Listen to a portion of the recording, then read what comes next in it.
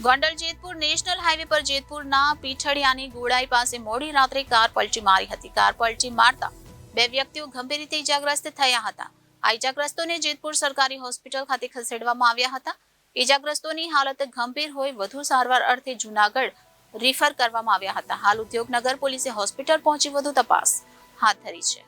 રાજકોટના જેતપુરમાં અકસ્માતનો બનાવ સામે આવ્યો છે. રાજકોટમાં છાશવાર અકસ્માતના બનાવ સામે આવતા હોય છે અને અકસ્માતના બનાવ અટકવાનું નામ લેતા નથી. ત્યાં ફરી એકવાર જેતપુરમાં અકસ્માતનો બનાવ સામે આવ્યો છે, જેમાં ગોંડલ જેતપુર નેશનલ હાઈવે પર જેતપુરના પીઠડિયાની ગોળાઈ પાસે મોડી રાત્રે કાર પલટી મારી ગઈ હતી. આ કાર પલટી મારતા બે વ્યક્તિઓને ગંભીર ઈજાઓ પહોંચી હતી.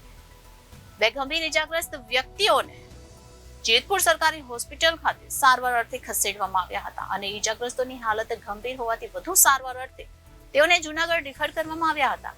હાલ આ અકસ્માતની જાણ પોલીસને કરવામાં આવતા ઉદ્યોગનગર પોલીસે હોસ્પિટલ પહોંચીને આગળની વધુ તપાસ હાથ ધરી છે. Bureau report Janadesh news.